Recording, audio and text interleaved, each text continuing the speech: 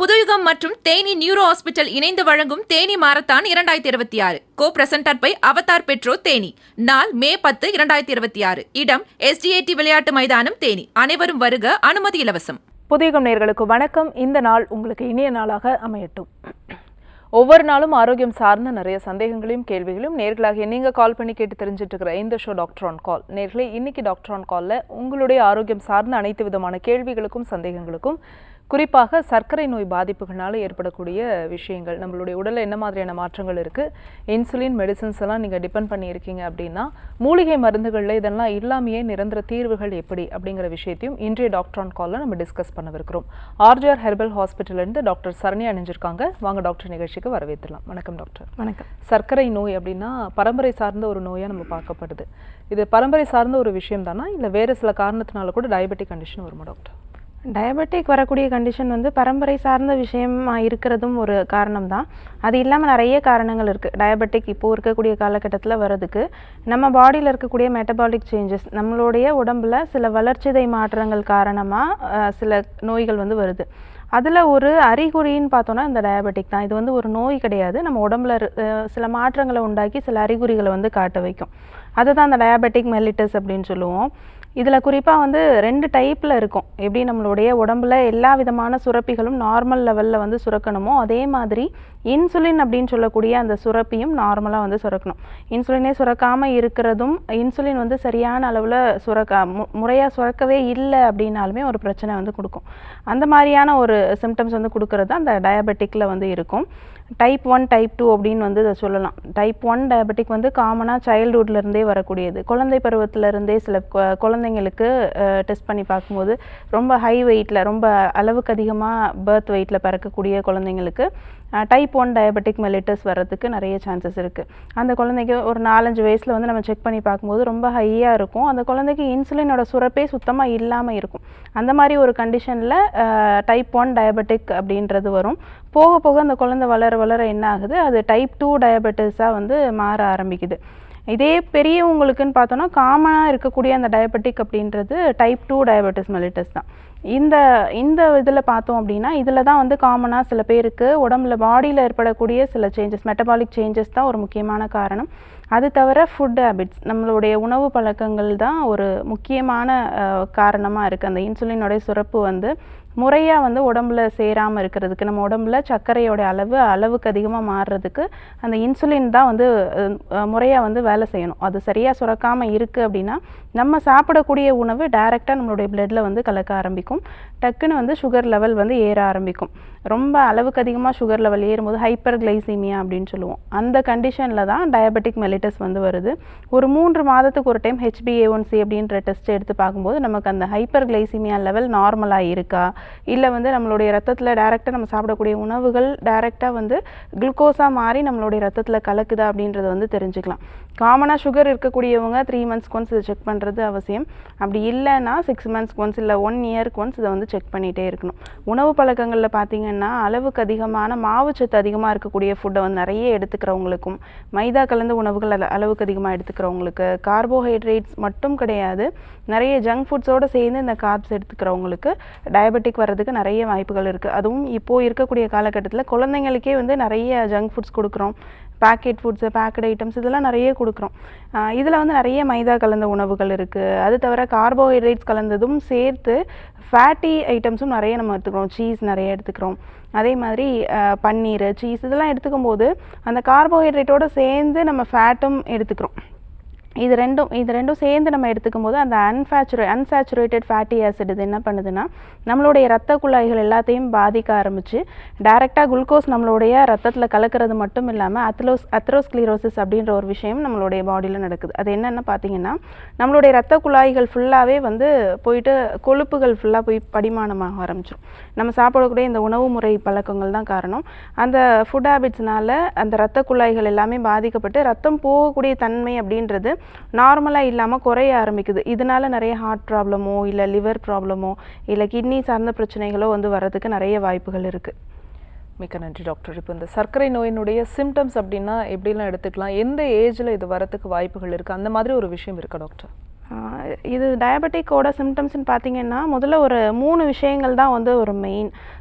முதல்ல வந்து தாகம் அதிகமாக இருக்கும். டயபெட்டிக் வரப்போகுது அப்படின்ற ஒரு கண்டிஷனில் ப்ரீ டயபெட்டிக் சிம்டம்ஸ் அப்படின்னு பார்த்தோன்னா முதல்ல வந்து தாகம் அதிகமாக இருக்கும், அளவுக்கு அதிகமாக தண்ணி குடிப்பாங்க. இப்போது நார்மலாக அவங்களுக்கு தண்ணி இப்போ குடித்தாங்கனாலே ஒரு 10 நிமிஷம் 20 நிமிஷத்தில் மறுபடியும் அந்த நாக்கு வறட்சி அப்படின்றது இருந்துகிட்டே தான் இருக்கும்.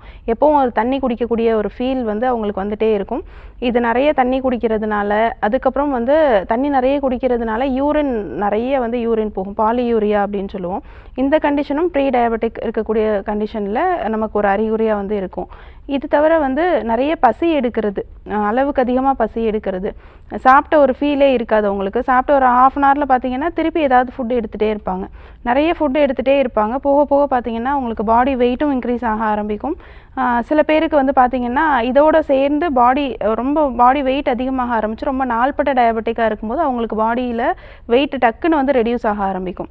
அதே மாதிரி கால் பாதம் வந்து மரத்து போகிறது, ஏதாவது சின்னதாக ஒரு புண்ணு இருந்தால் கூட வந்து ஆறாமல் இருக்கிறது.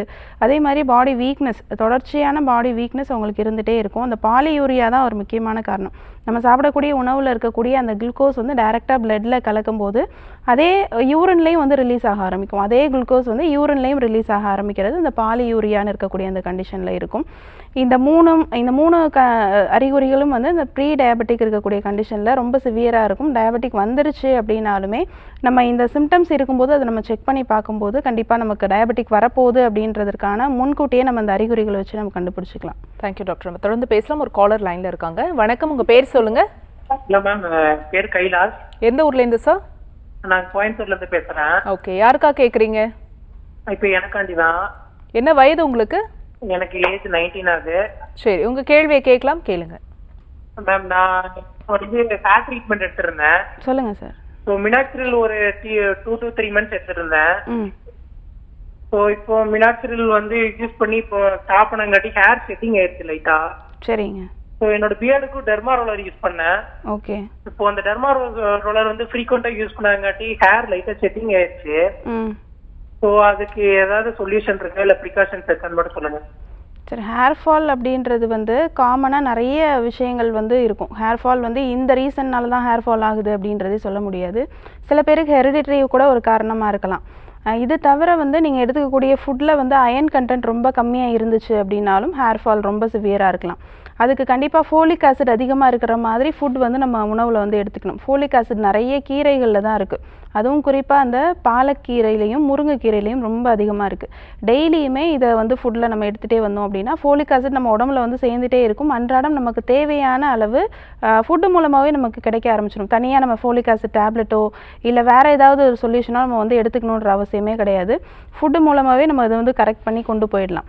ஃபோலிக் ஆசிட் ரொம்ப கம்மியாக இருந்துச்சு அப்படின்னா ஹீமோக்ளோபின் லெவல் ரொம்பவே லோ ஆக ஆரம்பிக்கும். ஹீமோக்ளோபின் லெவல் லோ ஆச்சு அப்படின்னா முடி கொட்டுறது, இதே மாதிரி பாடியில் வந்து டீபிக்மெண்டட் பேச்சஸ் வந்து நிறைய வர ஆரம்பிக்கும். இந்த மாதிரிலாம் சேஞ்சஸ் வந்து வர ஆரம்பிக்கிறதுக்கு ஹீமோக்ளோபின் லெவல் ரொம்ப கம்மியாகிறதுக்கு தான் காரணம். அதுக்கான முன்கூட்டியே வரக்கூடிய அறிகுறி தான் இந்த ஹேர் ஃபால் ப்ராப்ளம் அப்படின்றது. முறையாக அதை சரி பண்ணணும் அப்படின்னா ஹீமோக்ளோபின் லெவலில் நார்மல் பண்ணுறதுக்கு சில உணவு பழக்கங்கள் எடுத்துக்கணும். டெய்லியும் நைட்டில் வந்து ஒரு கைப்பிடி அளவுக்கு கருப்பு திராட்சை தண்ணியில் ஊற வச்சு காலையில் எம்டி ஸ்டொமக்கில் எடுத்துக்கோங்க. இது தவிர கருப்பு எள்ளு, இதில் வந்து ரொம்ப அளவுக்கு அதிகமான ஹீமோக்ளோபின் இருக்குது. இது டெய்லியுமே நீங்கள் பவுடர் பண்ணி வச்சு இதோடு சேர்த்து கருப்பாக இருக்கக்கூடிய அந்த கருப்பட்டி வந்து சேர்த்து எடுத்துக்கணும். இது பனை வெல்லமோ இல்லை வந்து நாட்டு சர்க்கரையோ வந்து இதோட சேர்க்கக்கூடாது. கருப்பட்டியும் இந்த எள்ளும் சேர்த்து எடுத்துக்கும் போது கண்டிப்பாக ஹீமோக்ளோபின் லெவல் இன்னுமே ரொம்ப ரைஸ் ஆகிறது உங்களால் பார்த்துக்க முடியும். முக்கியமாக கீரைகளில் தான் அதிகமாக இருக்குது. கீரைகளோடு சேர்ந்து நான் சொன்ன மாதிரி இதையும் ஃபாலோ பண்ணிட்டு வந்தீங்க அப்படின்னா கண்டிப்பாக உங்களுடைய ஹீமோக்ளோபின் லெவல் இன்க்ரீஸ் ஆகும்போது ஹேர் ஃபால் ப்ராப்ளமும் வந்து நார்மலுக்கு கொண்டு வந்துடலாம். நம்ம ஆர்ஜிஆர் ஹாஸ்பிட்டல்லையும் ஹேர் ஃபால் ப்ராப்ளம்க்குன்னு சிறப்பாக ஒரு மூலிகை ஆயில் வந்து கொடுத்துட்ருக்கோம்.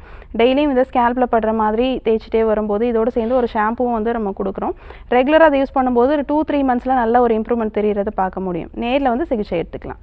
Thanks for calling sir. Next caller யான்னு பார்க்கலாம். வணக்கம், உங்கள் பேர் சொல்லுங்கள். உங்கள் பேர் சொல்லுங்கள், எந்த ஊர்லேருந்து கால் பண்ணியிருக்கீங்க? லைனில் இருக்கீங்க சார். டிவி வால்யூம் குறைச்சிருங்க, டிவி பார்க்காம ஃபோனில் பேசுங்க. உங்கள் பேர் சொல்லுங்கள். என் பேரு மகேஸ்வரி, நான் தஞ்சாவூர் மாவட்டத்திலேருந்து பேசுகிறேன். சரிம்மா, யாருக்கா கேட்குறீங்க? எனக்காண்டு தான் பேசுகிறேன். அம்மா டிவி வால்யூம் குறைச்சிருங்கம்மா ப்ளீஸ். டிவி வால்யூம் குறைச்சிருங்க, கொஞ்சம் தள்ளி நின்று பேசுங்கம்மா. உங்கள் கேள்வியை கேளுங்க. அம்மா வணக்கம். வணக்கம் மேம். சொல்லுங்கம்மா, என்ன தொந்தரவு? அம்மா உங்கள் கொஷினை கேட்கலாமா? சரி, எனக்கு வந்து மூட்டு வலி இருந்துச்சு. சொல்லுங்க. அதுக்கு ட்ரீட்மெண்ட் எடுத்து 3 மாசத்துல சரியா போனாங்க. அப்புறம் 3 மாசம் எடுத்துட்டு அப்புறம் 6 மாசத்துல சரியா போகணும்னு சொன்னாங்க. அப்புறம் 6 மாசமும் எடுத்துக்கிட்டேன். இப்போ 1 இயர் எடுத்துக்கிட்டேன். நல்லா வர்ற மாரி வந்து எனக்கு 1 லட்சம் போல செலவாயிடுச்சு.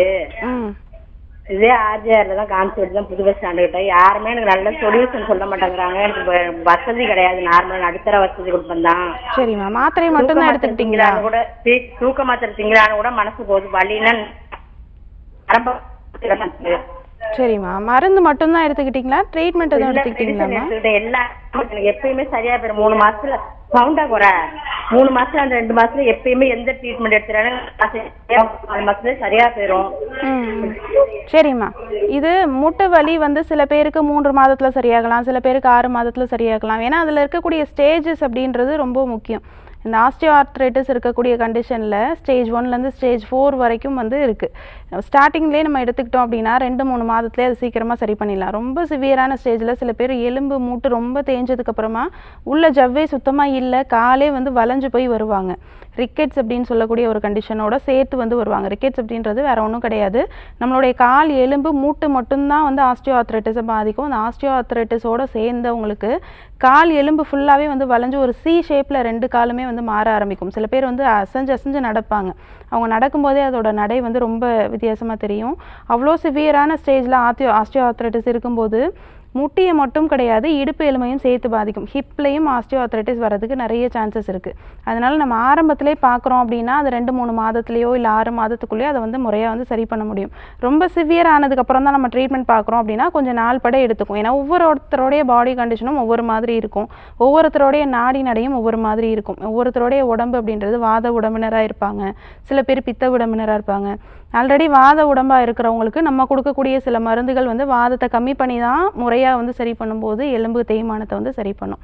அதனால் நேரில் வந்து முறையாக சிகிச்சை எடுத்துக்கோங்க. வாதம் நார்மல் ஆகும்போது கண்டிப்பாக உங்களுக்கு மூட்டு வலியும் சரியாகி நிரந்தரமாகவே உங்களுக்கு குணமாயிடும். வணக்கம், உங்கள் பேர் சொல்லுங்கள். வணக்கம் மேடம். எந்த ஊர்லேருந்து பேசுகிறீங்க சார்? மேட்டுப்பாளையம் மேடம். மேட்டுப்பாளையம். சரி, யாருக்கா கேட்குறீங்க? எனக்கு தான் மேடம். உங்கள் வயது சார்? வயது 45 மேடம். தொடர்ந்து உங்கள் கேள்வியை கேட்கலாம், கேளுங்க. டாக்டர் வணக்கம் டாக்டர். சார் வணக்கம், சொல்லுங்கள், என்ன தொந்தரவு? டாக்டர், எனக்கு இந்த 1 வருஷமா வயிறு கொஞ்சம் வீங்கிட்டே வருது, ஊதிட்டே வருது மேடம் டாக்டர் எனக்கு. சரிங்க.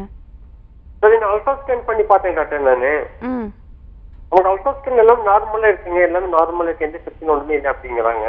பிளட் டெஸ்ட் எடுத்தீங்களா? டெஸ்ட் எடுத்துருக்கோம், எல்லாம் நார்மலா வந்திருக்குங்க மேடம். சரி, ஓகே. சாப்பாடு ஜீரணம் ஆகுதா உங்களுக்கு? இருக்கு அப்படிங்க, வயிற்றுல புண்ணு இருக்கு அப்படிங்கிறாங்க மேடம். அல்சர் கண்டிப்பா இருக்கு அப்படிங்கிறாங்க. ஓகே. அதுக்கு நீங்க வந்து இது கேஸ்ட்ரிக்னால இது ஊதுதா மேடம், இல்ல அல்சர்னால இது ஊதுதா தெரியல டாக்டர். ஃபுட்டு வந்து சாப்பிடுற ஃபுட்டு ஜீரணம் ஆகுதா உங்களுக்கு? ஜீரணம் ஒரு அளவுக்கு தான் ஆகுது மேடம், ஒரு அளவுக்கு ஜீரணம் ஆகுதுங்க.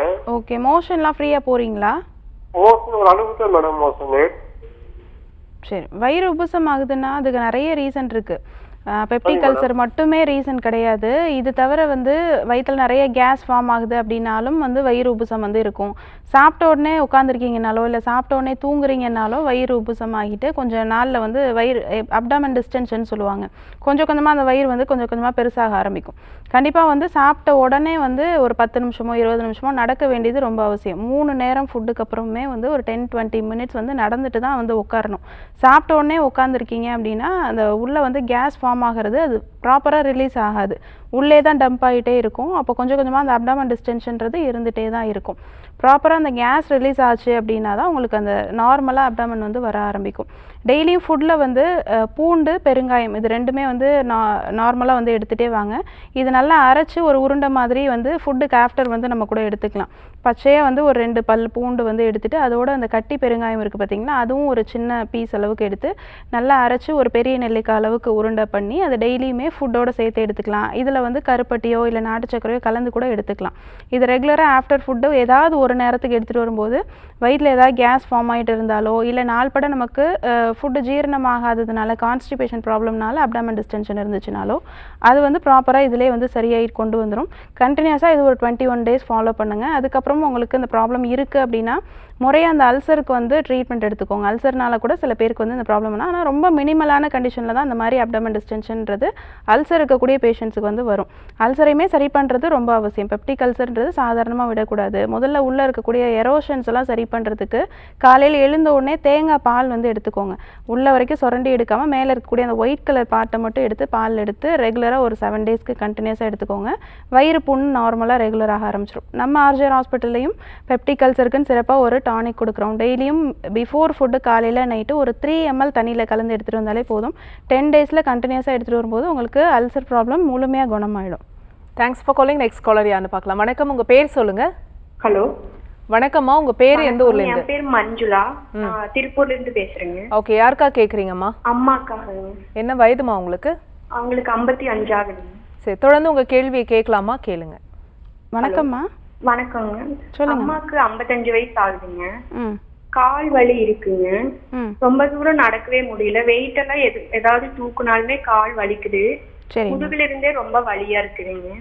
சரிம்மா. அப்புறம் ஹாஸ்பிட்டல் போய் பார்த்தோம், எக்ஸ்ரே எல்லாம் எடுத்து பார்த்தோம். ம் டிஸ்க் வந்து பல்ஜ் ஆயிருக்கு அப்படின்னு சொல்லி சொன்னாங்க. ஓகே. மெடிசன் எல்லாம் சாப்பிட்டு தான் இருக்காங்க, ஆனா வலி சரியாகவே இல்லை. ரொம்ப வெயிட் தூக்கவே முடியல. இங்கிருந்து ஒரு கொஞ்ச தூரம் நடந்து போனாலே ரொம்ப வலியாகுதுன்னு சொல்றாங்க.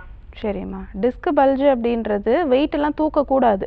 வெயிட்டு தூக்குறதோ இல்லை மாடிப்படி ஏறி இறங்குறதோ பண்ணக்கூடாது. ஆல்ரெடி டிஸ்கில் வந்து ப்ராப்ளம் இருக்குது. 2 எலும்பு சேர்ந்து நடுவில் இருக்கக்கூடிய டிஸ்கை வந்து பிதுக்கம் கொடுத்து வெளியில் தள்ளிடுச்சு. அதுக்கு காரணம் நீங்கள் ஆல்ரெடி வெயிட் லிஃப்ட் பண்ணதுனால தான். நடுவில் போகக்கூடிய நரம்புகளையும் சேர்த்து பாதிக்கிறதுனால தான் கால் வரைக்கும் பெயின் இருக்குது. கால் வரைக்கும் ரத்த ஓட்டம் சரியாக போகலை, சயாட்டிக்கா அப்படின்னு சொல்லுவோம். கண்டிப்பாக இந்த ப்ராப்ளம்க்கு வந்து ட்ரீட்மெண்ட் எடுத்துக்க வேண்டியது ரொம்ப அவசியம். இதுக்கு என்னதான் நீங்கள் மாத்திரை போட்டாலும் வலி அப்போதைக்கு குறையும், மறுபடியும் வலி வரதான் செய்யும். ஒரு 2 டேஸ் வந்து மாத்திரை போடலை அப்படின்னா 3rd டே பெயின் வரதான் செய்யும். கண்டினியூஸாக லைஃப் லாங் இதுக்கு டேப்லெட் எடுத்துகிட்டே இருக்க மாதிரி தான் இருக்கும். அந்த மாதிரி பெயின் கில்லர் எடுத்துகிட்டு இருக்கிறதுனாலையும் உங்களுக்கு நிறைய சைடு எஃபெக்ட்ஸ் தான் வரும். கம்ப்ளீட்டாக அது எல்லாத்தையும் ஸ்டாப் பண்ணிவிட்டு ட்ரீட்மெண்ட் மட்டுமே எடுத்து இதை குணப்படுத்திடலாம். நம்ம ஆர்ஜிஆர் ஹாஸ்பிட்டலில் இந்த மாதிரி டிஸ்க் பல்ஜினால் வந்தவங்க, டிஸ்க் ஹெர்னியேஷன் வரைக்கும் கூட வந்திருப்பாங்க. சுத்தமாக நிமிர்ந்து உட்கார முடியாத அளவுக்கு வீல் சேரில் வருவாங்க. 2-3 பேர் சப்போர்ட்டோடு நடந்து வருவாங்க. ஹிப்பு பெல்ட் போட்டுட்டு நடந்து வருவாங்க. இந்த மாதிரி வந்தவங்களுக்குலாம் நம்ம ஸ்பைனல் கரெக்ஷன் அப்படின்னு சொல்லக்கூடிய ஒரு ட்ரீட்மெண்ட்டு, அதோடு சேர்ந்து கடி வஸ்தி அப்படின்னு சொல்லக்கூடிய ஒரு ட்ரீட்மெண்ட். அதாவது ஸ்பைனல் கார்டை நீங்கள் உட்காந்துருக்க இடம் வரைக்கும், கழுத்து எலும்புலேருந்து கீழே வரைக்கும் ஸ்பைனல் கார்டை ஃபுல்லாக கரெக்ஷன் பண்ணி எந்த இடத்துல டிஸ்க் பல்ஜ் இருக்கோ அந்த இடத்துல கடி வஸ்தின்னு சொல்லக்கூடிய மூலிகை மாவு வச்சு பாத்தி மாதிரி கட்டி உள்ள மூலிகை சூடான எண்ணெய் ஊற்றி நம்ம அந்த ட்ரீட்மெண்ட் வந்து கொடுக்கும்போது உள்ளே தேங்கி இருக்கக்கூடிய நீர் எல்லாம் ஆவியாகி வெளியில் போயிட்டு டிஸ்க் பல்ஜு கரெக்ஷன் ஆக ஆரம்பிக்கும். இந்த மாதிரி கண்டினியூஸாக ஒரு 7 டேஸ் பண்ணும்போது அவங்களுக்கு பெயின் எல்லாம் குறைய ஆரம்பிச்சு, பேக் பெயின் கால் வரைக்கும் பரவுறது கொஞ்சம் கொஞ்சமாக குறைய ஆரம்பிக்கும். கால் வரைக்கும் ரத்தம் ஃப்ரீயாக போகிறதுக்கு நம்ம ரெஃப்ளெக்ஸாலஜின்ற ஒரு ட்ரீட்மெண்ட்டோடு சேர்த்து தான் நம்ம பண்ணுவோம். இந்த மாதிரி ட்ரீட்மெண்ட்ஸ்லேயே நம்ம முதல்ல கரெக்ஷன் பண்ணிடுவோம். இதுக்கு மருந்து மாத்திரைகளே தேவைப்படாது. ஒரு 10 நாள்லேருந்து 15 நாள் நேரில் வந்து முறையாக அந்த பஞ்சகர்மா சிகிச்சை எடுத்துக்கோங்க. கண்டிப்பாக 15 டேஸில் நீங்கள் முழுமையாகவே குணமடைஞ்சு போயிடுவீங்க. அதுக்கப்புறம் கூட நீங்கள் ஸ்கேன் எடுத்து பார்த்துக்கலாம். 15 டேஸ் ட்ரீட்மெண்ட் முடிஞ்சதுக்கப்புறம் ஆஃப்டர் ட்ரீட்மெண்ட் நீங்கள் ஸ்கேன் எடுக்கும்போது டிஸ்க் பல்ஜ் எதுவும் இருக்காது, நார்மலான ஸ்கேன் பார்க்க முடியும். அந்த அளவுக்கு நிரந்தரமாகவே குணமாயிடும். நேரில் வந்து ட்ரீட்மெண்ட் எடுத்துக்கலாம். நன்றி மழைத்தமைக்கு. நெக்ஸ்ட் காலர் யாருன்னு பார்க்கலாம். வணக்கம், உங்கள் பேர் சொல்லுங்கள். வணக்கம், என் பேரு வந்து உஷா தேவிங்க. எந்த ஊர்லேருந்துமா? புதுக்கோட்டையில இருந்து கால் பண்ணிருக்கேன். ஓகே, யாருக்கா கேட்குறீங்க? எனக்காக கேட்கணுங்க. உங்கள் வயது என்னம்மா? எனக்கு 26 வயசு. சரி, உங்கள் கேள்வியை கேட்கலாமா? கேளுங்க. ஓகே, வணக்கம் டாக்டர். வணக்கம்மா, சொல்லுங்கள், என்ன தொந்தரவுமா? தலை வந்து அரிப்பா இருக்குங்க. அரிப்பா இருக்குன்னு சொல்லிட்டு நாங்க டாக்டர்கிட்ட எல்லாம் போய் பார்த்துருக்கோம். அவங்க வந்து பார்த்து செக் பண்ணி பார்த்துட்டு மெடிசன்ஸ் கொடுத்தாங்க. ஷாம்பு குளிக்கிறதுக்கு இந்த மாதிரி ஷாம்பு எல்லாம் கொடுத்தாங்க. சரி. அதெல்லாமே யூஸ் பண்ணிட்டு தான் இருந்தோம். ஒரு 4 வருஷமாவே, இந்த 3 வருஷமாவே யூஸ் பண்ணிட்டு தான் இருக்கோம். சரிம்மா. ஆனா அது சரியாகவே மாட்டேங்குது. இப்போ ரீசெண்டா ஆர்ஜிஆர் ஆடி பார்த்தோம். அது வந்து மெடிசன்லயே சரி பண்ற மாதிரி போட்டிருந்தாங்க. தலையில மட்டும்தான் இருக்கா, உடம்புலயும் இருக்காமா? இந்த காது கிட்ட எல்லாம் இருக்கு. உடம்புல எல்லாம் இல்ல, காது கிட்ட அந்த மாதிரி தான் இருக்கு. சரி, ஓகேம்மா. 4 வருஷமா புரியும் போது வந்துட்டு 4 வருஷமா இது தலையில வந்து இந்த மாதிரி வச்சுட்டே இருக்கக்கூடாது. பொடுகு கிடையாது, இது ஸ்கேல்ப் சோரியாசிஸ் தான். இது தலையில இருந்து உங்களுக்கு காதுக்கு பின்னாடி, காது மடல்ல எல்லாம் வந்து பரவ ஆரம்பிச்சிருக்கு. அது பாடியிலையும் பரவுறதுக்கு நிறைய சான்சஸ் இருக்கு. ஏன்னா சில பேர் பொடுகுன்னு சொல்லி சாதாரணமாக விடக்கூடிய ஒரு கண்டிஷன் தான் போக போக அது சோரியாசிஸாக மாறி உடம்பு ஃபுல்லாகவே வந்து சோரியாசிஸ் மாறக்கூடிய ஒரு கண்டிஷனில் ஒரு 4-5 வருஷத்துலேயே வந்து உடம்பு ஃபுல்லாக வந்து பரவுனவங்கலாம் இருக்காங்க. நிறைய சிவியராக பரவுனவங்கலாம் உடம்புல ஒரு நார்மல் ஸ்கின் ஒரு இடத்துல கூட தெரியாமல் ஃபுல் பாடியுமே வந்து சோரியாசிஸால் கவர் ஆனவங்கலாம் இருக்காங்க. அதனால் தலையில் இருக்கக்கூடிய சோரியாசிஸை நம்ம முழுமையாக சரி பண்ணிட்டோம் அப்படின்னா உடம்புல வந்து சீக்கிரமாக பரவாது. உடம்புல பரவுறதுக்கு முன்னாடி இதை நிரந்தரமாகவே குணப்படுத்திடலாம். நம்ம ஆர்ஜிஆர் ஹாஸ்பிட்டலில் சோரியாசிஸ்க்குன்னு சிறப்பாக ஒரு மூலிகை டானிக் வந்து கொடுக்குறோம். காலையில் ஒரு 10 ml நைட்டு 10 ml ஹாட் வாட்டரில் கலந்து எடுத்துகிட்டு வரும்போது ஒரு 10 daysல நல்ல டிஃப்ரென்ஸ் தெரிய ஆரம்பிக்கும். அவங்களுக்கு அந்த ட்ரைனஸ்ஸு தோல் கொஞ்சம் கொஞ்சமாக பீல் ஆகி வெளியில் வருது பார்த்திங்களா, அந்த தலையை வந்து தட்டும் போதே அந்த பவுடர் மாதிரி உதிரும். அந்த கண்டிஷன்லாம் ஒரு 10 daysல கம்ப்ளீட்டாக நல்லா குறைய ஆரம்பித்து கம்ப்ளீட்டாக ஒரு 2 monthsக்குள்ளே ஃபுல்லாகவே க்யூர் ஆகிடும். காதுக்கு பின்னாடி பரவுறது உடம்புல பரவுறது எதுவுமே இருக்காது. கம்ப்ளீட்டாக 2 monthsலேயே இதை வந்து க்யூர் பண்ணிடலாம். ஸ்கேல்ப் சோரியாசிஸ் சாதாரணமாக விடக்கூடாது. உடம்பு ஃபுல்லாக பரவுறதுக்கு முன்னாடி நேரில் வந்து சிகிச்சை எடுத்துக்கோங்க. கண்டிப்பாக 2 monthsக்குள்ளே அதை முழுமையாக குணப்படுத்திடலாம். நன்றிம்மா கால் பண்ணதுக்கு. நெக்ஸ்ட் காலர் யாருன்னு பார்க்கலாம். வணக்கம், உங்கள் பேர் சொல்லுங்கள். என் பேரு ராதா மேடம். எந்த ஊர்லேருந்து கால் பண்ணியிருக்கீங்கம்மா? பேசுறேன் மேடம். எந்த ஊர்மா? விழுப்புரம் மேடம். ஓகே, யாருக்கா கேட்குறீங்க? எனக்காக தான் மேடம். உங்கள் வயது என்னம்மா? என் வயசு கொஞ்சம் விட்டு விட்டு கேட்குதுமா. உங்கள் வயது என்ன? மேடம். ஓகே, தொடர்ந்து உங்கள் கேள்வியை கேட்கலாமா? கேளுங்க. வணக்கம்மா. மேடம். மேடம், எனக்கு வந்து இந்த தூசியால நிறைய அடுக்கு தும்பல் மாதிரி வந்துடுது. ஓகே. ரொம்ப அடுக்கு தும்பல் வருது. காலையில எழுந்திருக்க முடியல, நைட்டு எழுந்திருக்க முடியல. ஒரு வீட்டுல எந்த ஒரு வேலையுமே செய்ய முடியல. சின்னதா அப்படி பெருக்கும் போது அந்த செவுத்துல உடனே எனக்கு தூசி உடனே தும்புது. ஒரு மாதிரி மூக்கால இருந்து தண்ணி வந்துடுது. வெளியிலயுமே போக முடியல. வெளியில போனாலும் அப்படியே அந்த வண்டியில போறோமா அந்த தூசி ஆகுதா, அது எனக்கு ரொம்ப பிரச்சனையா இருக்கு மேடம். இதனால என்னால எதுவுமே செய்ய முடியல. அப்படியே எவ்வளவு நாளா இருக்குமா? 20 தும்பல் 30 தும்பல் அப்படியே வந்துகிட்டே இருக்கு. மூக்கால இருந்து தண்ணி ஊத்துது. அப்புறம் போய் செக் பண்ணதுக்கு டஸ்ட் அலர்ஜின்னாங்க. சரி. நான் எவ்வளவு அது எனக்கு சரியாவே ஆவல. சரி, டிவில பார்த்தேன். சரிம்மா. சரி, அதான் எவ்வளவு நாளா இருக்குமா அந்த தொந்தரவு? வந்து எனக்கு கிட்டத்தட்ட 6 வருஷமா 6-7 வருஷமாவே இருக்கு மேடம். சரி, ஓகேம்மா. இது பயப்பட வேண்டாம். டஸ்ட் அலர்ஜி அப்படின்றது ஈஸ்னோஃபிலியா அப்படின்னு சொல்லுவோம். நம்மளுடைய ரத்தத்தில் ஈஸ்னோஃபில்ஸ் அப்படின்னு சொல்லக்கூடிய ஒரு செல் இருக்குது. அந்த செல்லோட அளவு ரொம்ப அளவுக்கு அதிகமாக இருக்குது அப்படின்னா கண்டிப்பாக உங்களுக்கு டஸ்ட் அலர்ஜி வந்து ரொம்ப சீக்கிரமாக வர ஆரம்பிக்கும். இதோடு சேர்ந்து உங்களுடைய நோய் எதிர்ப்பு சக்தியும் ரொம்ப கம்மியாக தான் இருக்குது. நோய் எதிர்ப்பு சக்தியை அதிகப்படுத்துறதுக்கு டெய்லியும் ஒரு பெரிய நெல்லிக்காய் வந்து ஃபுட்டில் எடுத்துக்கோங்க. பெரிய நெல்லிக்காய் தேனில் ஊற வச்சோ இல்லை ரெகுலராக வந்து நீங்கள் நார்மலாக வந்து கடிச்சு சாப்பிட்டோ வந்து எடுத்துக்கலாம். இது ரெகுலராக எடுத்துகிட்டே வரும்போது விட்டமின் சின்னு சொல்லக்கூடிய அந்த சத்து நம்ம உடம்புல டைரெக்டாக வர ஆரம்பிக்கும். இதோடு சேர்ந்து நோய் எதிர்ப்பு சக்தியும் பெருக ஆரம்பிக்கும். இது மட்டும் கிடையாது, புளிப்பான பழங்கள் எல்லாமே வந்து நீங்கள் நிறைய எடுத்துக்கலாம்.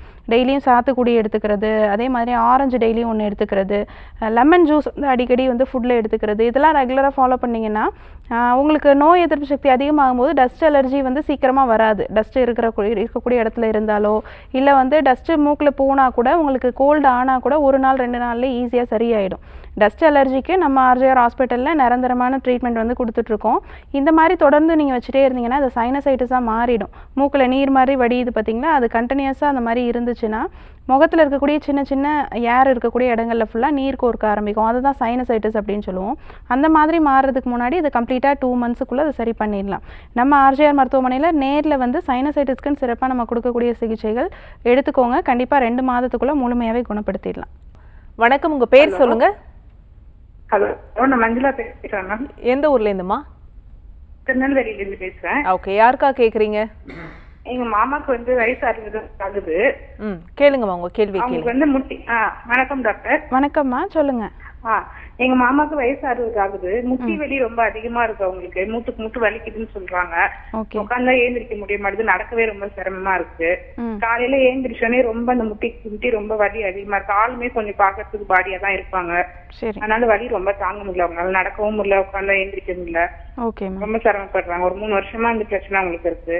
இப்போ வலி மாத்திரை எதுவும் போடுறாங்களாமா? பெயினுக்கு அப்பப்ப போடுவாங்க. சும்மா அந்த தைலம் மாதிரி தடவுறது, வெந்நீர் ஊத்துறோம், இப்படிதான் கொடுக்குறாங்க. அது ஒரு 5 நிமிஷம் 10 நிமிஷத்துக்கு தான் வலி கேக்குது. அதுக்கப்புறம் ரொம்ப சிரமப்படுறாரு. ஓகே, இப்போ ஓரளவுக்கு நடக்கிறாரா? சுத்தமா நடக்கவே முடியலையா? புடிச்சிட்டு நடக்கிற மாதிரி தான் மேம் இருக்கு. ஸ்டிக் வச்சு நடப்பாங்க.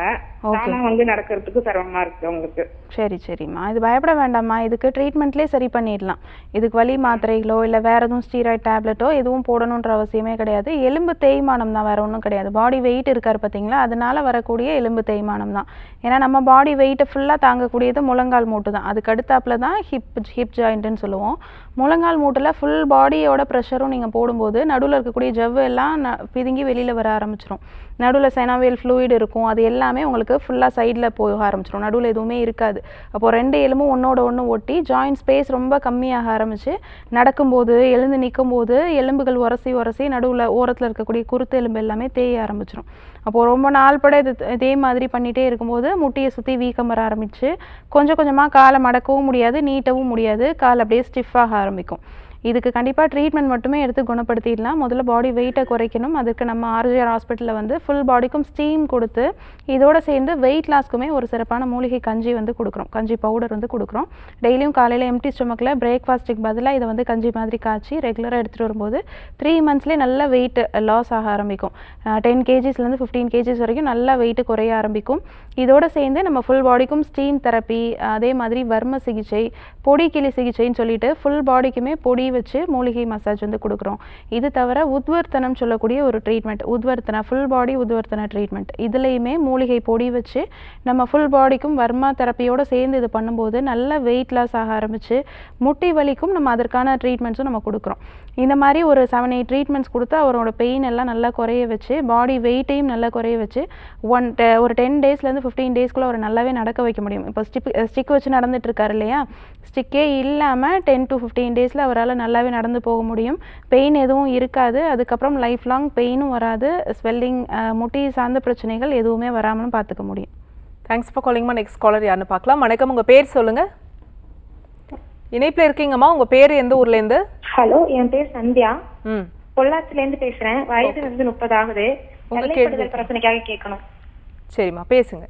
வணக்கம்மா. ஹலோ ஹலோ வணக்கம் மேடம், சொல்லுங்க. என் பேர் சந்தியா மேடம், வயது வந்து 30 ஆகுது. பொள்ளாச்சி ஊர்லேருந்து பேசுகிறேன். வெள்ளைப்படுதல் பிரச்சனைக்காக கேட்கணும் மேம். சொல்லுங்கம்மா, யாருக்கு வெள்ளைப்படுதல் இருக்கு? உங்களுக்கு தானா? எனக்கு தான் மேம். ஓகே. எனக்கு இப்போ கொஞ்ச நாளாக வெள்ளைப்படுதல் பிரச்சனை இருந்துட்டு இருக்கு. இதனால வந்து அடிவயிறு ரொம்ப அதிகமாவே வலிக்குது மேம். இதனால irregular periods ஆகுது. சரிம்மா. இப்போ பீரியட் வரதுக்கு 1 வீக் முன்னாடியே வந்து என்ன ஆகுதுன்னா ஃப்ளோ ரொம்ப ஓவர் ஃப்ளோ அதிகமா இருக்கு, அதனால பெயினும் அதிகமா இருக்கு. ஓகேம்மா. ஒயிட் டிஸ்சார்ஜ்ல கலர் எதுவும் மாறி இருக்கா? அரிப்பு எதுவும் இருக்காமா? இச்சிங்ஸ் இருக்கு மேம், அதிகமா ஃப்ளோ இருக்கறனால இச்சிங் இருக்கு. ஓகே. ரொம்ப நாளாவே வெள்ளைப்படுதல் இருந்துட்டே இருக்கா உங்களுக்கு? இடையில கேப் விட்டு விட்டு வெள்ளைப்படுதல் இருக்கா? இல்ல, எப்போதுமே நார்மலாவே எனக்கு ஒயிட் டிஸ்சார்ஜ் இருக்கு. ஆனா இந்த பீரியட்ஸ்க்கு 1 வீக் முன்னாடி மட்டும் ஓவர் ஃப்ளோ அதிகமா இருக்கு. ஓகேம்மா, இது ஒன்றும் பயப்படுற மாதிரி விஷயம் கிடையாது. தொடர்ச்சியாக ஒயிட் டிஸ்சார்ஜ் இருந்துகிட்டே இருக்குது அப்படின்னா பாடி ஹீட்னால இருக்கலாம். சில பேருக்கு அந்த நாடி நடையில் பித்தம் வந்து ரொம்ப அளவுக்கு அதிகமாக இருக்கும். பித்த நாடியை நார்மல் பண்ணோம் அப்படின்னா அது வந்து சரி பண்ணிடலாம். நிறைய டீ காஃபி குடிக்கிறது, அதுக்கப்புறம் நைட் லேட்டாக ஃபுட் எடுத்துக்கிறது, நைட் லேட்டாக தூங்குறது, இதெல்லாம் பண்ணிகிட்ருக்கீங்க அப்படின்னா இதெல்லாம் கொஞ்சம் அவாய்ட் பண்ணிக்கோங்க. பாடி ஹீட்டை வந்து குறைக்கிற மாதிரி நிறைய கீரைகள், பழங்கள், காய்கறிகள் நிறைய வந்து எடுத்துக்கணும். குறிப்பாக வந்து நீர்ச்சத்து அதிகமாக இருக்க மாதிரி காய்கறிகள் நிறைய எடுத்துட்டிங்கனாலே போதும், பாடி ஹீட் வந்து நார்மலுக்கு வர ஆரம்பிச்சிடும்.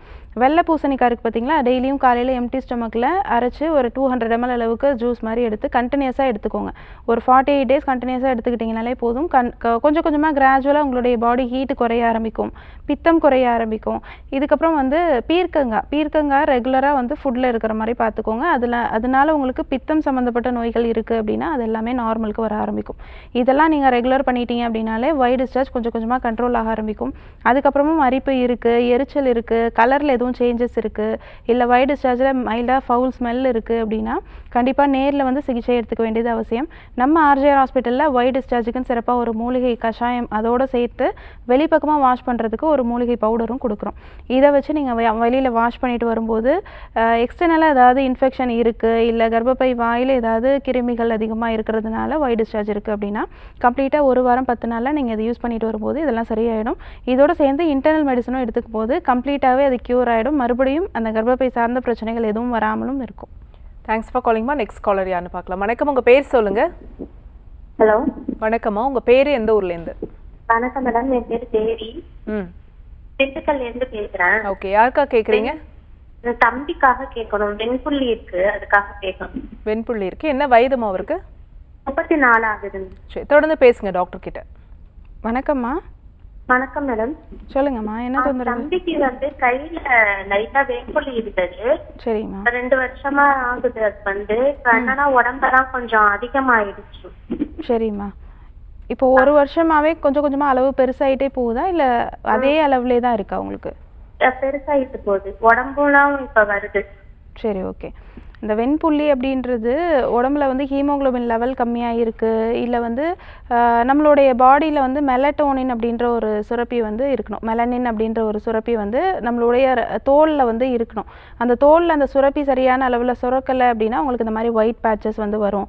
இதுக்கு என்ன பண்ணலான்னு கேட்டிங்கன்னா, சன்லைட் படுற மாதிரி ஸ்கின் வந்து வச்சுக்கணும்.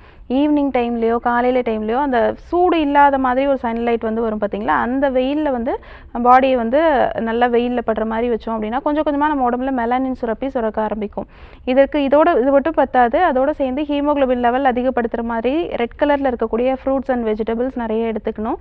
இது தவிர வந்து ஹீமோகுளோபின் லெவலில் வந்து நார்மல் ஆகிற மாதிரி சில விஷயங்கள் வந்து நம்ம பாடியில் வந்து பண்ணணும். கருப்பு திராட்சை, அதே மாதிரி பேரிச்சம்பழம், அத்திப்பழம், இதெல்லாம் வந்து ரெகுலராக எடுத்துகிட்டு வந்தீங்க அப்படின்னாலே அது கொஞ்சம் கொஞ்சமாக நார்மலுக்கு வர ஆரம்பிக்கும்.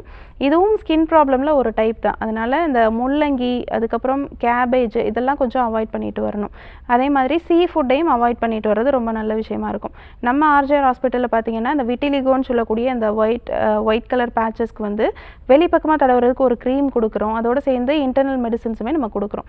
இது ரெகுலராக ஃபாலோ பண்ணும்போது அந்த க்ரீம்லாம் நீங்கள் யூஸ் பண்ணிட்டு வரும்போது ஒரு வாரம் 10 நாளே அந்த தோலில் அந்த ஒயிட்டாக இருக்குது பார்த்தீங்களா, அதில் வந்து நார்மல் ஸ்கின் கலரில் பேச்சஸ் வந்து கொஞ்சம் கொஞ்சமாக அந்த புள்ளியாக வர ஆரம்பிக்கும். கொஞ்சம் கொஞ்சமாக அந்த சைஸ் வந்து கொஞ்சம் கொஞ்சமாக குறைய ஆரம்பித்து நார்மல் ஸ்கின் கலருக்கே மாற ஆரம்பிச்சிடும். 3 monthsலேயே உங்களுக்கு நல்ல டிஃப்ரென்ஸ் தெரியும். நேரில் வந்து இதற்கான சிகிச்சை எடுத்துக்கோங்க. நம்ம ஆர்ஜிஆர் ஹாஸ்பிட்டலில் வெண்புள்ளியுமே நிரந்தரமாக சரி பண்ணி கொடுத்துட்ருக்கோம். வணக்கம், உங்கள் பேர் சொல்லுங்கள். என்னோட நேம் பிரேமதர்ஷினி, காஞ்சிபுரத்துல இருந்து பேசுறேன். ஓகேம்மா, யாருக்கா கேட்குறீங்க? எனக்காக தான் கேட்கணும். என்ன வயதுமா உங்களுக்கு? 24. தொடர்ந்து உங்க கேள்வியை டாக்டர் கிட்ட கேட்கலாமா? கேளுங்க. வணக்கம்மா. வணக்கம் டாக்டர். டாக்டர் என்னோட நேம் பிரேமதர்ஷினி, 24 ஏஜ் ஆகுது. சொல்லுங்கம்மா. எனக்கு வந்து பாத்தீங்கன்னா ஒரு 2 years-ஆ இந்த ப்ராப்ளம் இருக்கு. பீரியட்ஸ் வந்து ஒரு 3 months-க்கு அப்புறம் தான் ஆகுது, ரெகுலராகவே இருக்க மாட்டேங்குது டாக்டர். சரி. அது ஆகும்போது எனக்கு ரொம்ப பெயின் அதிகமாவும் இருக்கு, ப்ளீடு ரொம்ப அதிகமா இருக்கு டாக்டர். என்னால முடியல. டேப்லெட் எடுத்தாதான் எனக்கு பீரியட்ஸ் வரும், இல்லைன்னா அது கூட எனக்கு வர மாட்டேங்குது டாக்டர். ஸ்கேன் எடுத்திருக்கீங்களாமா? ஸ்கேன் எடுத்திருக்கேன் டாக்டர். ஓகே. பிசிஓடி ப்ராப்ளம் எதுவும் இருக்கா? அந்த எதுவும் ப்ராப்ளம் இல்லைன்னு சொல்றாங்க, நார்மலா தான் இருக்கு அப்படின்றாங்க. ஆனா இருந்தாலுமே எனக்கு அந்த மாதிரி தான் டாக்டர் இருக்கு. சரிம்மா. ஏன்னா பீரியட்ஸ் ப்ராப்ளம் இருக்குது அப்படின்னா பிசிஓடி மட்டுமே ஒரு காரணம் வந்து கிடையாது. பிசிஓடி வரப்போகுது அப்படின்றதுக்கான அறிகுறி கூட உங்களுக்கு இந்த மாதிரி வந்து தெரியலாம். இது தவிர உங்களுடைய ஹார்மோன்ஸில் பார்த்தீங்க அப்படின்னா ப்ரொலாக்டின் ஒரு ஹார்மோன் இருக்குது, அதோடைய லெவல் ரொம்ப ஹை லெவலில் இருந்தால் கூட பீரியட்ஸ் வந்து சரியாக வராது. 2 மாதத்துக்கு ஒரு டைம், 3 மாதத்துக்கு ஒரு டைம் வரவங்க கூட ஸ்கேன் எடுத்து பார்க்கும்போது நார்மலாக இருக்கும், உங்களுக்கு பிசிஓடி எதுவும் இருக்காது.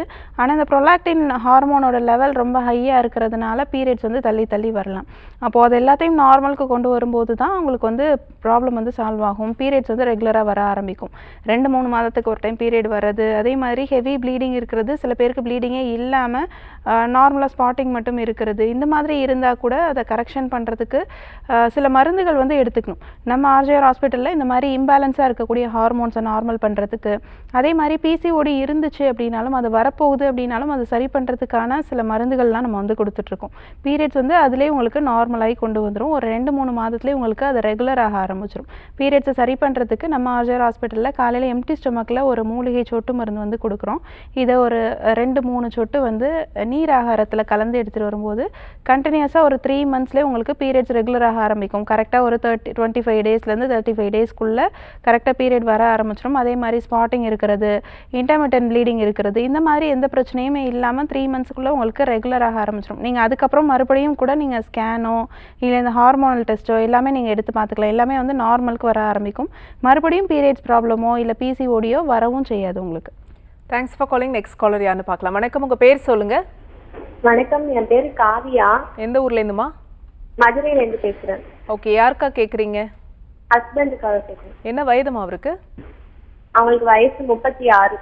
சரி, உங்கள் கேள்வியை டாக்டர் கிட்ட கேட்கலாமா? கேளுங்க. வணக்கம்மா. வணக்கம் டாக்டர். சொல்லுங்கம்மா. என் ஹஸ்பண்டுக்கு வந்து ரொம்ப நாளாவே கழுத்து வலி இருந்துச்சு. அதுக்கு மருந்து மட்டும் சாப்பிட்டுட்டு அப்படியே விட்டுட்டாங்க. அப்புறம் திரும்ப தோள்பட்டையிலயும் வலி வர ஆரம்பிச்சிருச்சு. சரிம்மா. டிராவல் அதிகமா பண்ணுவாரா? ஆமா, அவங்க டிரைவரா தான் இருக்காங்க. சரி, ஓகேம்மா. வலி எவ்வளவு நாளா இருக்கு? வலி வந்து ஒரு வருஷமாவே கழுத்து வலி இருந்துட்டு இருந்துச்சு. மாத்திரை சாப்பிடுவாங்க, சரியாயிடும், அப்படியே விட்டுருவாங்க. இப்ப திரும்ப தோள்பட்டையிலயும் வலி வரவும் டாக்டர்கிட்ட போய் காமிச்சோம். ஓகே. அவங்க வந்து எக்ஸ்ரே ஸ்கேன் எதுவும் எடுத்தாங்க. ஸ்கேன் எடுத்துட்டு எலும்பு தேஞ்சிருக்கு, இப்பதான் ஸ்டார்டிங்ல தான் இருக்கு, அதனால வந்து மருந்துலயே சரி பண்ணலாம் அப்படின்னு சொன்னாங்க. ஆனா அவங்களும் அந்த இப்ப தோள்பட்ட வலி வந்து 1 வருஷம் ஆகுது. சரி, ஓகே. அதுவே இப்ப சாப்பிட்டுட்டு இருக்காங்க, சரியாவே ஆகல. வெயில்ல எல்லாம் போனா தலை சுத்துங்கிறாங்க, எங்கேயும் போக முடிய மாட்டேங்குது. அவங்க டிரைவரா வேற இருக்காங்க, ரொம்ப கஷ்டப்படுறாங்க. ஓகேம்மா, இது ஒன்றும் கிடையாது. ரொம்ப நாள் இந்த டிரைவிங் இருக்கிறதுனால கழுத்து எலும்பு வந்து கொஞ்சம் தேய்மானம் அடையும். கழுத்து எலும்புன்றது ரொம்ப ஒரு மென்மையான சின்ன சின்ன எலும்பாக தான் இருக்கும். நடுவில் வந்து டிஸ்க்குன்னு சொல்லக்கூடிய எலும்பு தேய்மானம் அடையாமல் இருக்கிறதுக்காக நடுவில் ஜவ்வு மாதிரி இருக்கும். அதெல்லாம் வந்து பிதுங்கி வெளியில் வந்துருச்சுனாலோ எலும்புகள் வந்து தேய ஆரம்பிச்சிருச்சு அப்படின்னாலோ உங்களுக்கு இந்த மாதிரி பிரச்சனைகள்லாம் வரும். ஏன்னா கழுத்து எலும்புலேருந்து தான் உங்களுக்கு கைகளுக்கும் நரம்புகள் போகுது, தலைக்கும் அதுலேருந்து தான், அது வழியாக தான் நரம்புகள் போகுது. அப்போது தலைக்கு போகக்கூடிய நரம்புகளும் வந்து கம்ப்ரெஷன் இருக்கும், கைக்கு போகக்கூடிய நரம்புகள்லையும் நர்வ் கம்ப்ரெஷன் வந்து இருக்கும். அதனால தான் கை வந்து வலி இருக்குது, ஷோல்டர் வரைக்கும் பெயின் இருக்கிறது, ஷோல்டர் வரைக்கும் கை மரத்து போகிறது. சில பேருக்கு ரொம்ப சிவியராக இருக்கும்போது என்ன ஆகும்னா கை விரல் வரைக்கும் கூட வந்து மரத்து போயிடும். அந்த நரம்புக்கு சுத்தமாக ரத்த ஓட்டமே வராது. இவருக்கு ஷோல்டர் வரைக்கும் தான் இருக்குன்னு சொல்கிறீங்க, இப்போ தான் மைல்டாக ஸ்டார்ட் ஆகுது. தலை சுத்தல் ப்ராப்ளம் இருக்கிறதும் அதனால தான், தலைக்கு போகக்கூடிய பிளட் சர்க்குலேஷனும் தடைப்படுறதுனால தான் தலை சுத்தல் பிரச்சனையும் இருக்குது. சில பேருக்கு வந்து நல்ல ஒரு கிடினஸே இருக்கும், எஞ்சி நிற்கவே முடியாது, ஒரு நிமிஷம் நின்னா கூட தலை சுற்றி கீழே விழுந்துருவாங்க.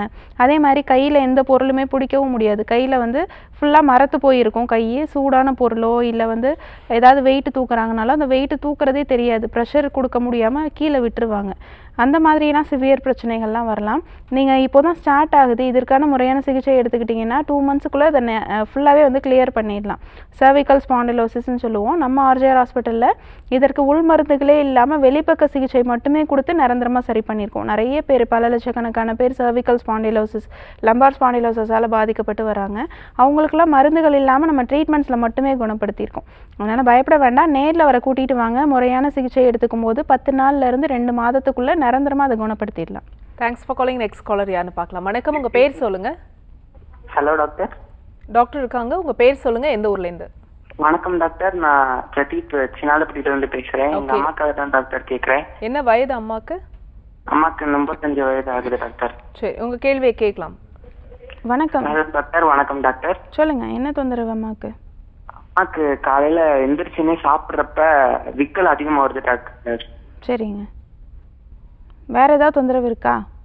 அடிக்கடி விக்கல் வந்துட்டே இருக்கு டாக்டர் அம்மாவுக்கு சாப்பிட்டுட்டு இருக்கப்ப. ஓகே, தண்ணி நிறைய குடிக்கிறாங்களா? நிறைய தான் டாக்டர் குடிக்கிறாங்க. சரி, ஓகே. சாப்பாடு நல்லா ஜீரணம் ஆகுதுங்களா? அதெல்லாம் நல்லா இருக்கு டாக்டர். வயிறு புண்ணு ஏதாவது இருக்கா உங்களுக்கு? அல்சர் ப்ராப்ளம் எதுவும் இருக்கா? அதெல்லாம் எதுவுமே இல்லை டாக்டர். சரி, ஓகே. அடிக்கடி விக்கல் வருது அப்படின்னா உடம்புல நீர்ச்சத்து பற்றாக்குறை இருந்துச்சு, டீஹைட்ரேஷனாக இருக்காங்க அப்படின்னா அடிக்கடி விக்கல் வந்து வரும். சாப்பிடும்போது சில பேருக்கு வந்து விக்கல் வருதுன்னா அதுக்கு காரணம் வந்து பிஃபோர் அவங்க தண்ணி சரியாக குடிக்காமல் இருந்திருக்கலாம். தண்ணி நல்லா குடிச்சிட்டு அதுக்கப்புறம் ஃபுட்டு எடுத்துக்கிறாங்க அப்படின்னா அந்த ப்ராப்ளம் வந்து வராது. ஏன்னா நம்மளுடைய ஃபுட் பைப், அந்த ஈசோஃபேகஸ் அப்படின்னு சொல்லுவோம், ஃபுட் பைப்பு ஃபுல்லாகவே ட்ரையாக இருக்கும். தண்ணி குடிக்காமல் ஒரு 2-3 மணி நேரம் தண்ணியே குடிக்காமல் ஃபுட்டு எடுத்துக்கிறாங்க அப்படின்னா அந்த ஃபுட்டு உள்ளே போகிறதுக்கே கஷ்டப்படும். போலஸ் அப்படின்னு சொல்லுவோம். நம்ம மென்று அந்த உருண்டையாக தான் உள்ளே ஃபுல்லாக ஃபுட்டு வந்து போகும். அது போகிறதுக்கு ரொம்ப கஷ்டப்பட்டு தான் போகும். அப்போ உள்ளே வந்து ஸ்மூத்தாக போகணும் அப்படின்னா உள்ள மியூக்கஸ் நார்மலாக இருக்கணும். அதுக்கு தேவை வந்து தண்ணி நிறைய குடிக்கணும். டீஹைட்ரேஷன் இருக்கிறவங்களுக்கு தான் இந்த மாதிரி ப்ராப்ளம் அடிக்கடி வரும். தண்ணி நிறைய குடிக்க சொல்லுங்கள். ஒரு நாளைக்கு 3 லிட்டர் 4 லிட்டருக்கு மேலே வந்து தண்ணி எடுத்துக்கலாம். இது தவிர உடம்புல வந்து அல்சர் ப்ராப்ளம் இருக்குது, பெப்டிக் அல்சரோ இல்லை கேஸ்ட்ரிக் அல்சரோ இருக்குது அப்படின்னாலும் அடிக்கடி வந்து விக்கல் வர பிரச்சனை வந்து இருக்கலாம். காரம், புளிப்பு இது ரெண்டும் வந்து ஃபுட்டில் வந்து கம்மி பண்ணிவிட்டு தண்ணி நிறைய எடுத்துக்கிட்டாங்க அப்படின்னாலே இந்த ப்ராப்ளம் வந்து சால்வ் ஆகிடும். சப்போஸ் உங்களுக்கு அல்சர் ப்ராப்ளம் இருக்குது அப்படின்னா நம்ம ஆர்ஜிஆர் மருத்துவமனையில் நேரில் வந்து இதற்கான சிகிச்சை வந்து எடுத்துக்கலாம். முறையான சிகிச்சை எடுத்துக்கும் போது கண்டிப்பாக அல்சர் ப்ராப்ளமாக இருந்தாலும் சரி 10 நாள்லேருந்து 1 மாதம் 2 மாதத்துக்குள்ளே அதை நிரந்தரமாகவே வந்து குணப்படுத்திடலாம். இந்த விக்கலுமே உங்களுக்கு 10-15 நாளுக்குள்ளே முழுமையாகவே சால்வ் ஆகிடும். டாக்டர், சர்க்கரை நோய் பற்றி பேசிகிட்டு இருந்தோம். சர்க்கரை நோய்க்கு எளிய மருத்துவ குறிப்பு, அதாவது இப்போ இன்சுலின் எடுத்துருக்கலாம், இல்லை மெடிசன்ஸ் டிபெண்டன்சி இருக்கலாம், நாள்பட்ட சர்க்கரை நோயாக இருக்கலாம். சர்க்கரை நோய்க்கு ஒரு டிப் சொல்லுங்கள். நாள்பட்ட சர்க்கரை நோய்க்கு பார்த்தீங்கன்னா என்னதான் மெடிசன் எடுத்தாலும் அது கண்ட்ரோல்லே இல்லைன்னு சொல்லுவாங்க சில பேர். இன்சுலின் எடுத்துப்பாங்க, இன்சுலினும் ரெகுலராக எடுத்துக்க முடியாது, 2-3 மாதம் இன்சுலின் எடுத்துகிட்டு விட்டுருவாங்க. அதுக்கப்புறம் டேப்லெட்டை கண்ட்ரோல் பண்ணலான்னு பார்த்தா ஒரு 3 மந்த்ஸில் பார்த்தீங்கன்னா அகைன் திருப்பி அந்த இன்சுலின் எடுக்கிறதுக்கு பிஃபோர் எப்படி இருந்ததோ அதே சுகர் லெவலுக்கு வந்துடும். அந்த மாதிரி இருக்கவங்க வீட்டிலே சில மருந்துகள் வந்து நம்ம ப்ரிப்பேர் பண்ணி வச்சு ரெகுலராக எடுத்துகிட்டு வந்தோம், ஃபுட்டோடு சேர்த்து மெடிசனும் எடுத்துக்கிறோம் அப்படின்னா கண்டிப்பாக அது கண்ட்ரோலுக்கு வர ஆரம்பிச்சிடும். அந்த மாதிரியான ஒரு மருந்து தான் இது. நீங்கள் வீட்டிலே இருக்கக்கூடிய சில பொருள்கள்னு பார்த்தீங்கன்னா வெந்தயம் உங்களுக்கு வீட்டிலே இருக்கும், கொய்யா இலை வந்து வீட்டிலே கிடைக்கும், அது வந்து ஒரு 100 கிராம் அளவுக்கு எடுத்துக்கலாம். அதே மாதிரி வெந்தயமும் ஒரு 100 கிராம் அளவுக்கு எடுத்துக்கலாம். கருவேப்பிலை பார்த்தீங்கன்னா அது ஒரு 100 கிராம் அளவுக்கு எடுத்துக்கலாம். இது தவிர கீழா நெல்லி வீட்டை சுற்றி நிறைய பேருக்கு இருக்கும், இல்லைனாலும் இது பவுடராக கூட கிடைக்கும். அதில் ஒரு 100 கிராம் எடுத்துகிட்டு நல்லா சன் ட்ரை பண்ணி அதை நல்லா பவுடர் பண்ணி வீட்டிலே வச்சுக்கலாம். இந்த பவுடர் டெய்லியும் வந்து நைட்டே வந்து வெந்தயம் ஊற வச்ச வெந்தயத்தை தண்ணியில் ஊற வச்சு அதோட இந்த பவுடரையும் ஊற வச்சு காலையில் எம்டி ஸ்டொமக்கில் இது ரெகுலராக ஒரு கண்டினியூஸாகவே எடுத்துகிட்டே வரும்போது சுகர் நல்லாவே கண்ட்ரோல் பண்ண ஆரம்பிக்கும். இன்சுலின் போடுறதுனால எந்த அளவுக்கு சுகர் வந்து குறையுமோ அந்த அளவுக்கு வந்து இதுலேயும் சுகர் வந்து குறையும். எப்படி ஒரு 10 யூனிட்ஸ் 15 யூனிட்ஸ் வந்து இன்சுலின் போட்டு சுகரை கண்ட்ரோல் பண்ணுறீங்களோ அந்த அளவுக்கு இந்த மெடிசன் ரொம்ப பவர்ஃபுல்லாக இருக்கும். காலையில் எம்டி ஸ்டொமக்கில் எடுக்கும்போது இன்னுமே வந்து டயபெட்டிக் அப்படின்றது ரொம்ப கண்ட்ரோலில் வர ஆரம்பிக்கும். ஃபாஸ்டிங்கில் இருக்கக்கூடிய சுகர் லெவல் அதிகமாக இருக்கக்கூடியவங்க இதை ரெகுலராக ஃபாலோ பண்ணிட்டு வரும்போது கண்டிப்பாக சுகர் லெவல் குறைய ஆரம்பிக்கும். இது கண்டினியூஸாக ஒரு 3 வீக்ஸ் ஃபாலோ பண்ணிவிட்டு நீங்கள் ஃபாஸ்டிங் போஸ்ட் பிராண்டியல் எடுத்து பார்த்தீங்க அப்படின்னா சுகர் லெவல் கண்டிப்பாக நல்லா லோவாக வந்திருக்கும். Thank you so much doctor. நம்ம தொடர்ந்து பேசலாம். ஒரு காலர் லைனில் இருக்காங்க. வணக்கம், உங்கள் பேர் சொல்லுங்கள். இணைப்பில் இருக்கீங்க, தொடர்ந்து பேசலாம். உங்கள் பேர் எந்த ஊர்லேருந்து? டாக்டர் ஆன் கால் இணைந்திருக்கீங்கம்மா, தொடர்ந்து பேசுங்க, டிவி பார்க்காதீங்க. சொல்லுங்கம்மா, யாருக்கா கேட்குறீங்க? எனக்காக தான் கேட்குறாங்க. உங்கள் வயதுமா? வயது 35. சரி, தொடர்ந்து உங்கள் கேள்வியை கேட்கலாமா? கேளுங்க. கால் முட்டி தேய்மானம் ஆயிடுச்சு மேடம், அதுக்கு என்ன பண்ணணும்? எவ்வளோ நாளாக இருக்குமா வலி? இப்போ 2-3 மாசமா இருந்துச்சு. இப்போ எக்ஸ்ரே ஸ்கேன் எல்லாம் எடுத்து பார்த்தேன், இப்போ தேய்மானம் ஆயிருக்கு, வீட்டில் ரெஸ்ட் எடுன்றாங்க. சரிம்மா, மாத்திரை எதுவும் போடுறீங்களா வலிக்கு? ஃபர்ஸ்ட் இப்போ ஒரு 10 நாளா போட்டேன் மேடம், அதுக்கப்புறம் இப்போ மாத்திரை போடல, வலி நிற்கவே இல்லை. அதுக்கு வேற என்ன ட்ரீட்மெண்ட் பண்ணலான்றது தெரியல. சரிம்மா, எங்கேருந்து பேசுகிறீங்க? மதுரையிலிருந்து மேடம். சரிம்மா, ஏன்னா எலும்பு தேய்மானத்துக்கு வந்து மாத்திரை மருந்துகள் எதுவுமே தேவையில்லை. அதுவும் இப்போ தான் உங்களுக்கு ஆரம்பிச்சிருக்கு, 35 ஏஜ் தான் ஆகுது, இப்போவே எலும்பு தேய்மானம் ஆரம்பிச்சிருக்குன்னா கண்டிப்பாக உங்களுக்கு கால்சியம் சத்து பத்தலை, உடம்புல வந்து கால்சியம் சத்து பற்றாக்குறை இருந்துச்சு அப்படின்னா தான் எலும்பு தேய்மானம் 35லே வந்து ஸ்டார்ட் ஆகும். ப்ரீ மெனோபாஸ் ஸ்டேஜில் உங்களுக்கு எலும்புலாம் வந்து தேய ஆரம்பிச்சிருக்கு. கண்டிப்பாக வந்து உணவில் வந்து கருப்பு உளுந்து, கருப்பு எள்ளு, முருங்கைக்கீரை இது 3 வந்து ரெகுலராக எடுத்துக்கோங்க. இதில் நிறைய கால்சியம் இருக்குது. இதில் டெய்லி ஏதாவது ஒன்று ஃபுட்டில் சேர்த்துட்டே வரும்போது கால்சியம் சத்து உடம்புல நிறைய சேர ஆரம்பிக்கும். எலும்பு தேய்மானம் ஆரம்பமாகக்கூடியவங்களுக்கு இது ரெகுலராக எடுத்துக்கும் போது நல்லாவே ஒரு இம்ப்ரூவ்மெண்ட் தெரிய ஆரம்பிக்கும். இப்போது எலும்பெல்லாம் தேஞ்சிருக்கு, சுத்தமாக நடக்க முடியல, வலி ஆரம்பிச்சிருக்குன்னா மாத்திரையெல்லாம் உங்களுக்கு கை கொடுக்காது. வலி மாத்திரை போடும்போது வலி இல்லாமல் இருக்கும், மாத்திரை விட்டீங்க அப்படின்னா அதிகமாக ஆரம்பிக்கும். நேரில் வந்து நம்ம ஆர்ஜிஆர் மருத்துவமனையில் முறையான சிகிச்சை எடுத்துக்கோங்க. மதுரையில் நம்ம ஆர்ஜிஆர் மருத்துவமனையோட கிளை இருக்குது, அங்கேயுமே பஞ்சகர்மா சிகிச்சை கொடுத்து முட்டி எலும்பு தேய்மானத்துக்கு வலியெல்லாம் நம்ம நல்லாவே கண்ட்ரோல் பண்ணுறோம். நேரில் வந்து சிகிச்சை எடுத்துக்கோங்க. கண்டிப்பாக மூட்டு எலும்பு தேய்மானம் 3 மாதத்துக்குள்ளே நார்மலுக்கு வந்து வலி எதுவும் இருக்காது. Thanks for calling. Next caller யாருன்னு பார்க்கலாம். வணக்கம், உங்கள் பேர் சொல்லுங்கள், தொடர்ந்து பேசலாம் டாக்டர். இப்போ சர்க்கரை நோய் மாதிரி இப்போ வேறு என்னென்ன நோய்களுக்கு ஆர்ஜிஆர் ஹெர்பல் ஹாஸ்பிட்டலில் ட்ரீட்மெண்ட் கொடுக்குறீங்க? சர்க்கரை நோய் மட்டும் கிடையாது, எல்லா விதமான எலும்புகள் சார்ந்த பிரச்சனைகளுக்குமே நம்ம ஆர்ஜிஆர் ஹாஸ்பிட்டலில் நிரந்தரமான தீர்வு கொடுத்துட்ருக்கோம். அதுவும் சர்ஜரி எதுவும் இல்லாமல் மூட்டை எலும்பு தேய்மானம், கழுத்து எலும்பு தேய்மானம், டிஸ்க் பல்ஜு, டிஸ்க் ப்ரொலாப்ஸு, இந்த மாதிரி எலும்புகள் சார்ந்த பிரச்சனைகள் எல்லாவற்றுக்குமே நம்ம ஆர்ஜிஆர் ஹாஸ்பிட்டலில் மூலிகை மருத்துவத்திலே நிரந்தரமான தீர்வு இருக்குது. இது தவிர சுவாசம் சார்ந்த நோய்களுக்கும் நம்ம ஆர்ஜிஆர் ஹாஸ்பிட்டலில் ட்ரீட்மெண்ட் கொடுத்துட்ருக்கோம். நாள்பட்ட வீசிங் ப்ராப்ளம், சிஓபிடி, அதே மாதிரி நாள்பட்ட சைனசைட்டிஸ், ஆஸ்துமா, இந்த மாதிரியான கண்டிஷனுக்குமே நம்ம ஆர்ஜிஆர் ஹாஸ்பிட்டலில் ஹெர்பல் மெடிசன்லேயே நிரந்தரமான ஒரு தீர்வு கொடுத்துட்ருக்கோம். அதே மாதிரி பெண்களுக்கு ஏற்படக்கூடிய மாதவிடாய் கோளாறுகள், PCOD, PCOS, fibroid uterus, endometriosis, endometritis, இந்த மாதிரியான கண்டிஷனுக்கு கூட நம்ம ஆர்ஜிஆர் ஹாஸ்பிட்டலில் ஹெர்பல் ட்ரீட்மெண்ட்லேயே நிரந்தரமான ஒரு தீர்வு கொடுத்துட்ருக்கோம். ஓகே, இப்போது வேறு மருந்துகள் எடுத்திருக்காங்க அப்படின்னா அவங்களுக்கு இந்த மூலிகை மருந்துகள் செட் ஆகுமா? தாராளமாக எடுத்துக்கலாம். எந்த விதமான நோய்க்கு, நாள்பட்ட நோய்களுக்கு, இப்போ நாள்பட்ட டயபெட்டிக் இருக்குது, நாள்பட்ட ஹைப்பர் டென்ஷன் இருக்குது, இல்லை சின்ன வயதுலேருந்தே நான் தைராய்டுக்கு டேப்லெட் எடுத்துகிட்ருக்கேன், ஹைப்போ தைராய்டிசம் இருக்குது, இல்லை ஹைப்பர் தைராய்டிசம் இருக்குது, இல்லை ஹார்ட் ப்ராப்ளம்க்கே நான் மெடிசன் எடுத்துகிட்ருக்கேன் அப்படின்னாலும் தாராளமாக நம்ம மூலிகை மருத்துவம் வந்து எடுத்துக்கலாம். நம்ம ஆர்ஜிஆர் ஹாஸ்பிட்டலில் அந்த மாதிரி நிறைய பேர் வந்து நாள்பட்ட நோய்களுக்கு மருத்துவம் எடுத்துகிட்டு நம்மளுடைய மெடிசன்ஸுமே எடுத்து நிரந்தரமாக குணப்படுத்தியிருக்காங்க. ஓகே டாக்டர், நேரில் வர முடியாத பேஷண்ட்ஸ்க்கு வந்து ஆன்லைன் கன்சல்டேஷன் ஃபெசிலிட்டிஸ் இருக்கா? கண்டிப்பாக இருக்குது. நம்ம ஆர்ஜிஆர் ஹாஸ்பிட்டலில் வந்து வெளியூர் வெளிநாடுகளில் இருக்கக்கூடிய பேஷண்ட்ஸ் யாராக இருந்தாலும் சரி, டைரெக்டாக நம்ம டாக்டர்ஸ்கிட்டே ஆன்லைன் கன்சல்டிங் மூலமாக அவங்களுடைய ப்ராப்ளம் வந்து சால்வ் பண்ணி அதற்கான மூலிகை மருந்துகள் வந்து நம்ம 2 மாதம் 3 மாதங்களுக்கு கொரியர் மூலமாக கூட நம்ம வந்து அனுப்பி வச்சுட்ருக்கோம். ஓகே டாக்டர், சர்க்கரை நோய் பற்றி பேசும்போது இதனுடைய காம்ப்ளிகேஷன்ஸ் வேறு என்னெல்லாம் உடலில் இருக்கும் டாக்டர்? நாள்பட்ட சர்க்கரை நோய் இருக்குது அப்படின்னா நம்மளுடைய உடல் உறுப்புகள் எல்லாவற்றையுமே தான் பாதிக்கும். குறிப்பாக நரம்புகள், எல்லா நரம்புகளையும் நர்வ் டேமேஜ் அப்படின்றது கண்டிப்பாக வந்து இருக்கும்.